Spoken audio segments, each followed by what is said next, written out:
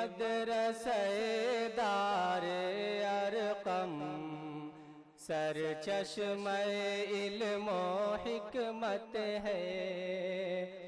ये गुलशन इल्मो इरफा है, ये मशअल राहे सुन्नत है।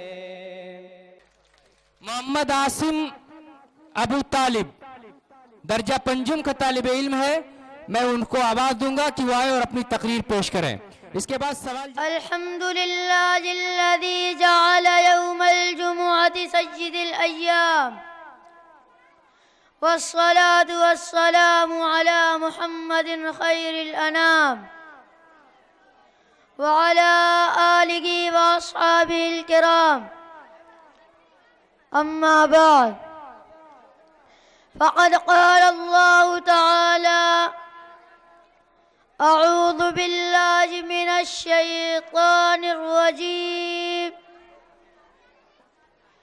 बिस्मिल्लाहिर रहमानिर रहीम। या अय्युहल्लज़ीना आमनू इज़ा नूदिया लिस्सलाति मिन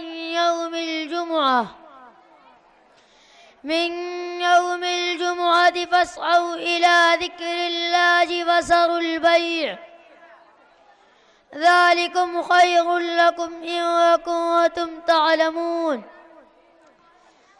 मुहतरम हाज़िरीन जलसा, अभी अभी मैंने सूरह जुमा की एक आयत तिलावत की है। इसका तर्जुमा ये है, ऐ ईमान वालो, जब जुमा के दिन तुम्हें नमाज के लिए पुकारा जाए तो अल्लाह के जिक्र की तरफ चल खड़े हो और ख़रीदो फरोख्त बंद कर दो, यही तुम्हारे लिए बेहतर है। और अगर जानते हो, हर मुसलमान को मालूम है कि अल्लाह ताला दिन और रात में 5 नमाज़ें फ़र्द फरमाई।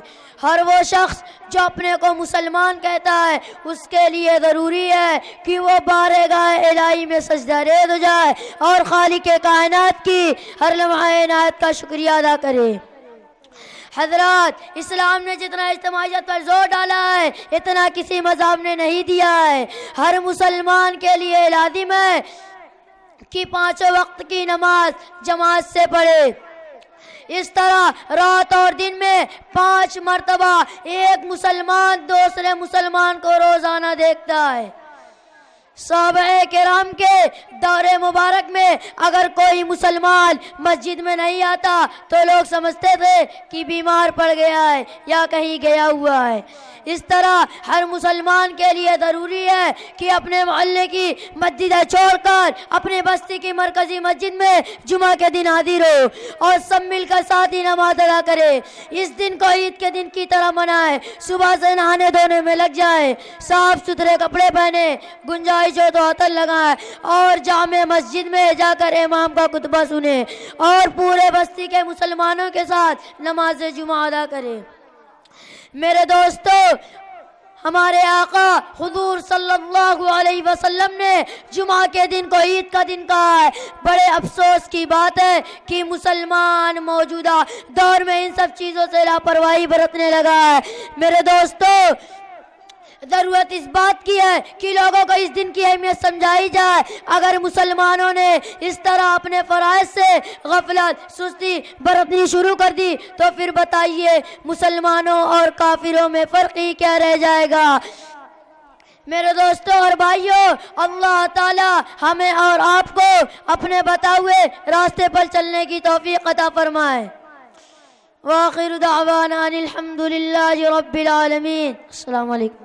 सलाम। बहुत खूब।